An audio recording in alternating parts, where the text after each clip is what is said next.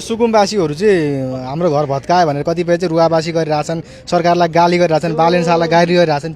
तपाईँ पनि सुकुम्बासी नै हुनुहुन्छ वास्तविक, तपाईँलाई दुःख लागेको छैन? छैन, मलाई त के आफ्नो सम्पत्ति भए पो दुःख रुनुपर्ने जरुरी छ कि छैन?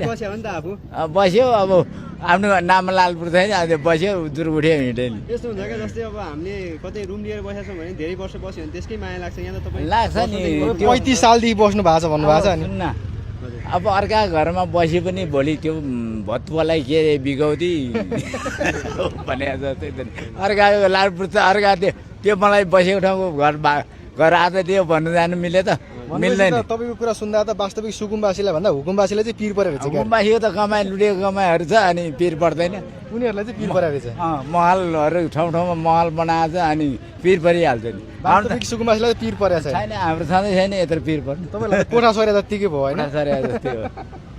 त्यसो भनेपछि सरकारलाई केही गुनासो छैन? छैन।